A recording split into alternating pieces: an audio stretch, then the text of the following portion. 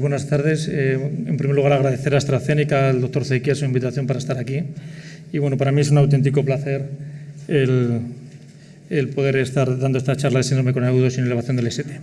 Voy a seguir este esquema y aunque les parezca largo, van a ser 20 minutos. Me voy a centrar de manera muy rápida en la epidemiología después de la clase magistral del doctor Marugat. No tiene ningún sentido que yo hable más de la cuenta. Me centraré fundamentalmente en lo que es nuevos fármacos, prasugrel y ticagrelor, y seguiré con lo que nos dicen las guías para concluir posteriormente. Esto se ha dicho a lo largo de la primera parte de la sesión de hoy. El síndrome coronario agudo sin elevación del ST tiene un peor pronóstico a medio y largo plazo que el infarto con elevación del ST. Las claves del manejo actual son la revascularización temprana, la terapia antiplaquetaria potente, que es lo que al fin y al cabo nos va a mejorar el pronóstico de nuestros enfermos. Si nos vamos a datos españoles, pues bueno, en primer lugar tendríamos el registro Máscara, donde se observa cómo los pacientes con elevación del ST inicialmente tienen una mortalidad más alta, esto es sabido, y el síndrome coronario agudo empieza a tener una mortalidad que va de forma progresiva aumentando mientras se normaliza la mortalidad del escasez y al final, ya a los 6 meses, la mortalidad del síndrome coronario agudo sin elevación del ST es superior al infarto transmural. En datos del registro GISCA, un registro español de 13 hospitales españoles, pues también se observa lo mismo, que la mortalidad del escasez es una mortalidad alta, la mortalidad hospitalaria es una mortalidad del 4%, por tanto son pacientes que tendremos que estar absolutamente alerta desde el ingreso hospitalario, y la mortalidad al año es una mortalidad cercana al 9%, o sea que hablamos de una población de bastante alto riesgo. ¿Qué nos dicen las nuevas moléculas? Pues bueno, pues para hablar de nuevas moléculas, en primer lugar hay que hablar de las viejas. Y ni las viejas son tan viejas ni las nuevas son tan nuevas. El clopidogrel es un fármaco excelente con el que estamos todos muy cómodos trabajando desde hace ya más de 14 años. Y es un fármaco, pues bueno, en el que demostró que sobre placebo, añadido la aspirina, aportaba un mejor pronóstico que los pacientes que solo tomaban aspirina. Este beneficio se daba en el escasez fundamentalmente en el primer mes y este beneficio se mantenía a favor de la doble antiagregación hasta al año. De ahí la indicación desde entonces de los 12 meses de doble antiagregación. La gran limitación del clopidogrel, como bien saben todos, es el porcentaje alto o bastante alto de no respondedores. Este porcentaje dependerá de las series, pero estamos hablando siempre de un 25 a un 35% de pacientes que no nos responden al clopidogrel. Por tanto, se comenzaron a estudiar nuevas moléculas y los fármacos que tenemos actualmente nuevos son el prasugrel, de la misma familia que el clopidogrel, una tinopiridina que es irreversible, al igual que el clopidogrel, y con un inicio de acción muy rápido, que es la gran ventaja de este fármaco sobre el clopidogrel. A los 30 minutos ya empezamos a tener actividad antiagregante potente. El ticagrelor es el otro fármaco, es una familia distinta, las triazolopirimidinas, es reversible a diferencia de las tienopiridinas y es un fármaco ya de por sí activo y también muy rápido de acción, y a los 30 minutos ya tenemos antiagregación por el fármaco. Si vamos por orden cronológico, pues bueno, el primero fue el prasugrel, ya publicado a lo tonto hace 6 años, el estudio Tritón, TIMI38, donde el endpoint primario, esta diapositiva ya lo habrán visto, muerte, infarto o ictus no mortal se redujo de manera significativa a favor del prasugrel respecto a los pacientes tratados con clopidogrel. Con este peaje, probablemente un peaje asumible, que es el de los mayores sangrados, pero no en una incidencia excesivamente alta. Si nos centramos en lo que fue el endpoint primario, como les he comentado, se redujo de manera significativa y fundamentalmente por reducción de infarto no fatal. La mortalidad fue similar en el seguimiento al año. Hubo una reducción importante de infartos no fatales, que fue lo que redujo el endpoint primario objeto de estudio. Un dato muy importante a favor del prasugrel fue la reducción de más del 50% de las trombosis del stent, lo cual es un dato yo creo que muy atractivo fundamentalmente para los hemodinamistas por tener la trombosis del stent como un claro enemigo y algo que al fin y al cabo siempre lo interpretamos como un fracaso de nuestras terapias de revascularización. Fue un fármaco pues bastante seguro, pues si bien, como les he dicho, pues bueno, mayor número de sangrados mayores respecto al clopidogrel. Si nos vamos a los sangrados que realmente nos interesan, sangrados fatales, pues también fueron más altos con el prasugrel que con el ticagrelor, o incluso si miramos otro tipo de forma de medir el sangrado grave, el paciente que va a requerir transfusión también fue más alto con el prasugrel que con el clopidogrel. El fármaco fue muy coherente en todos los subestudios en los que se analizó, en la mayor parte de ellos, y bueno, y si nos centramos en el escasez, pues bueno, pues se ve mejor de esta manera. Hubo también una reducción significativa de un 18% del riesgo relativo del endpoint primario, infarto, muerte e ictus no fatal. Similar o un poquito más bajo que en el tratamiento del infarto con elevación del ST. Este dato también se ha presentado, es muy importante. El fármaco, el prasugrel, es un fármaco muy potente, muy útil en la población diabética. Se nos reduce los eventos de una manera muy significativa y aún encima sin aumento de los sangrados mayores.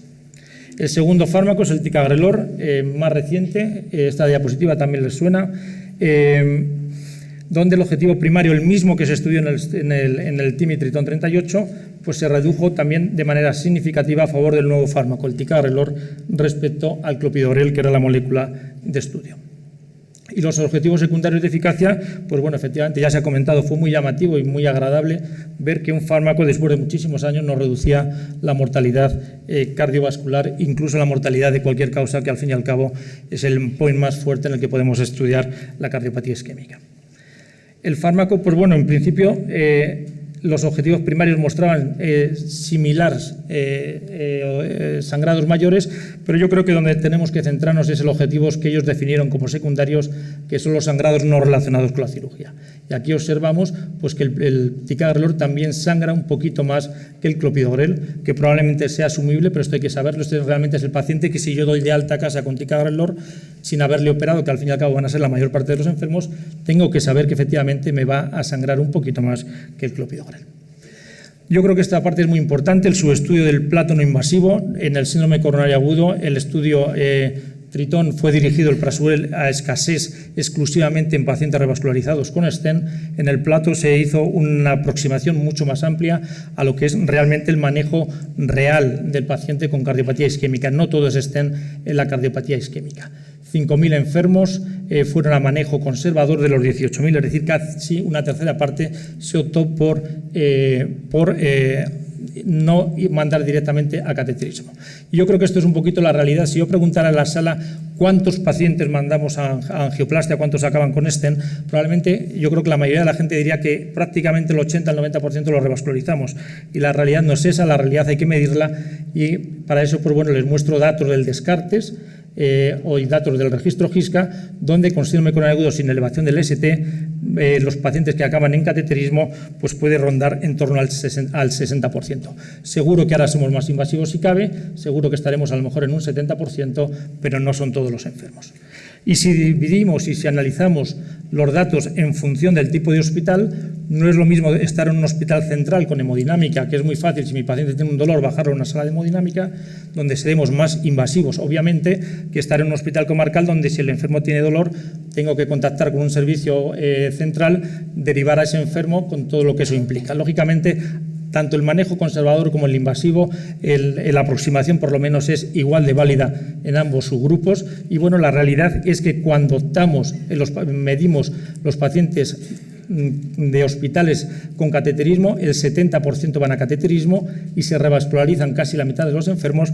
En cambio, los pacientes de hospitales sin hemodinámica solo van a cateterismo el 50% y acaban revascularizados el 30%, con una mortalidad al final prácticamente idéntica. Esta diapositiva muestra cómo en el subgrupo de pacientes por los que se optó por estrategia estrategia conservadora, el ticagrelor redujo de manera muy significativa en naranja frente al clopidogrel, mejoró el pronóstico de los pacientes con escasez manejados de forma conservadora. Y este dato yo creo que es también hay que reseñarlo. La mortalidad se redujo en un 30% en estos pacientes a favor del ticagrelor cuando optábamos por no revascularizar o no se revascularizaba finalmente a los enfermos. Esta diapositiva la ha presentado Chema de la Torre hace un momento. Gran beneficio también en pacientes con insuficiencia renal crónica, y se la voy a mostrar de esta manera. Cuanto peor es el aclaramiento, aclaramientos normales, insuficiencias renales severas de 30 de aclaramiento, mayor es el beneficio del ticagrelor. Esto no es porque el ticagrelor sea mejor fármaco en estos enfermos, obviamente, sino porque el clopidogrel en estos subgrupos es donde más resistencias tienes, eso está reportado y eso es conocido, y el ticagrelor pues parece mantener la eficacia independientemente del aclaramiento renal. La disnea es el efecto adverso que debemos de conocer, también se ha comentado, y bueno, lo importante es que si bien la sensación disneica la puede referir hasta un 15% de los enfermos, realmente el momento que hablas con el enfermo hay mucho periodo de adaptación, de tranquilidad al enfermo, pero sí que puede haber hasta un 1% de pacientes que finalmente decidan cambiar el fármaco o que prefieran otra opción. Por tanto, hablamos yo creo que de dos opciones.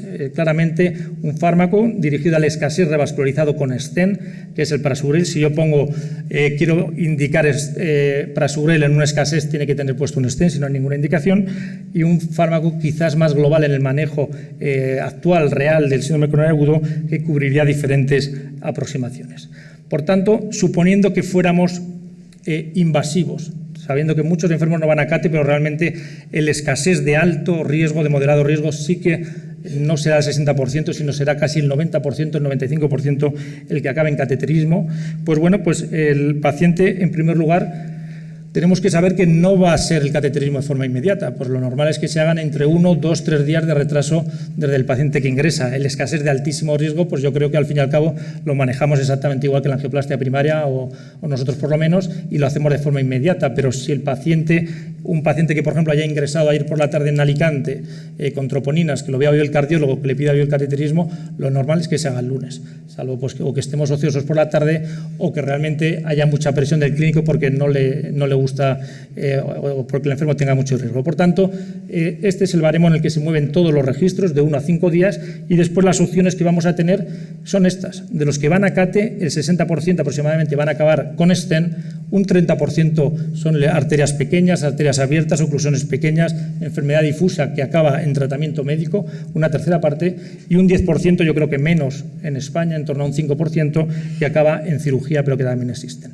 Si optáramos por clopidogrel, pues probablemente no estemos usando el mejor fármaco para estos enfermos de moderado o alto riesgo, pero bueno, tendrían la indicación tanto en el stent como en el clopidogrel. Habría que quitarlo en el momento que se decide la cirugía por ser un gran enemigo de los cirujanos que odian porque realmente tiene mayor tasa de sangrados. Si se optara por prasugrel, pues bueno, pues los pacientes que tendrían stent sí que se quedarían con el prasugrel, los pacientes con tratamiento médico no tendrían ninguna indicación y habría que suspenderlo, y los pacientes con cirugía tampoco tendrían ninguna indicación. Y el ticagrelor es cierto que si bien le pones stent, si optas por tratamiento médico o si el enfermo acaba en cirugía, tendría la indicación en cualquier aproximación del manejo del síndrome coronario agudo. Por tanto, sí que es verdad que si no tuviéramos ningún tipo de restricción, sí que podría ser un fármaco que estaría dirigido a un global de bastantes enfermos. ¿Qué nos dicen las guías? Pues bueno, las guías nos dicen que el ticagrelor tiene la misma indicación que el prasugrel, con los matices que se han comentado antes. Ticagrelor en pacientes de moderado o alto riesgo, independientemente de la estrategia, y el prasugrel si conocemos la anatomía coronaria. Al fin y al cabo, si tratamos con stent. Si ponemos un stent, tenemos la misma indicación que tendríamos con el ticagrelor. Y el clopidogrel quedaría para aquellos enfermos de segunda opción, en teoría, en los que no podemos usar prasugrel o ticagrelor. Por tanto, no podemos usar el prasugrel, no tenemos ninguna indicación para usarlo en abstrina, es decir, el enfermo me ingresa en la puerta de urgencias, decido tratarlo con prasugrel para que le pongan un stent. Esa opción ahora mismo no existe, no nos la dan las guías ni nos la van a dar. Este es el estudio ACOAST, es un estudio que se publicó el diseño hace ya 2 años, en el que lo que se quería estudiar era eso, prasugrel en el ingreso hospitalario o prasugrel en la angiografía, y es un estudio que se ha tenido que suspender de forma precoz activado por una alerta del Comité de Seguridad y que anuló antes de que terminara el reclutamiento de los enfermos, anuló el estudio, se suspendió el reclutamiento, y yo creo que en este europeo de cardiología nos darán un poquito pues las noticias de por qué se tuvo que suspender este ensayo y por qué al fin y al cabo fracasó. Si se mete en la página americana del Ministerio de Salud americano, pues bueno, lo que se ve es que este estudio, el ACOAST, está registrado ya hace varios años y bueno, pues a día de hoy no tienen ningún dato colocado, y yo creo que probablemente en el europeo tendremos noticias. Por tanto, ya para ir acabando, tenemos que, yo creo que enfrentarnos al enfermo, ver qué fármaco tenemos y cuál es la mejor opción terapéutica para cada uno de nuestros enfermos.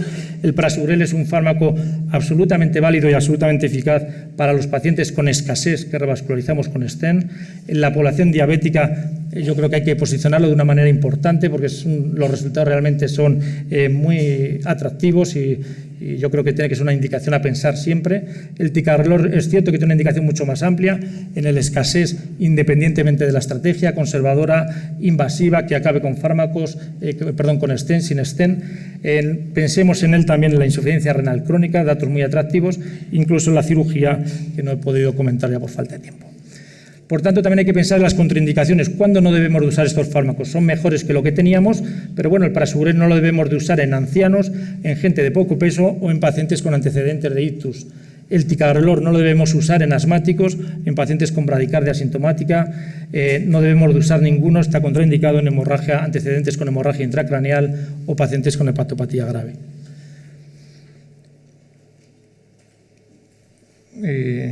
O se le acaba la pila.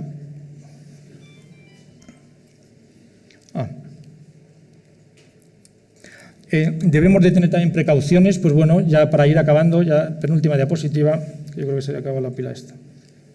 El prasugrel, pacientes con antecedentes de hemorragia digestiva o en pacientes con insuficiencia renal.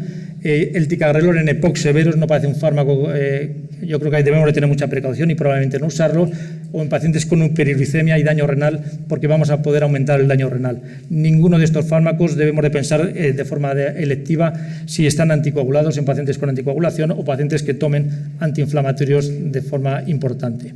Por tanto, ya concluyo, última diapositiva. El síndrome coronario agudo, esto es sabido, yo creo que hay que resaltarlo. El escasez presenta un pronóstico a largo plazo peor que el del infarto con elevación del ST.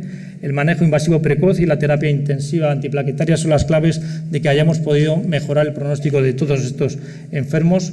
Estamos ante una nueva etapa, claramente, del manejo del síndrome coronario agudo sin elevación del ST, con nuevos fármacos, prasugrel y ticagrelor, que mejoran y han mejorado los resultados que teníamos hasta ahora con el clopidogrel.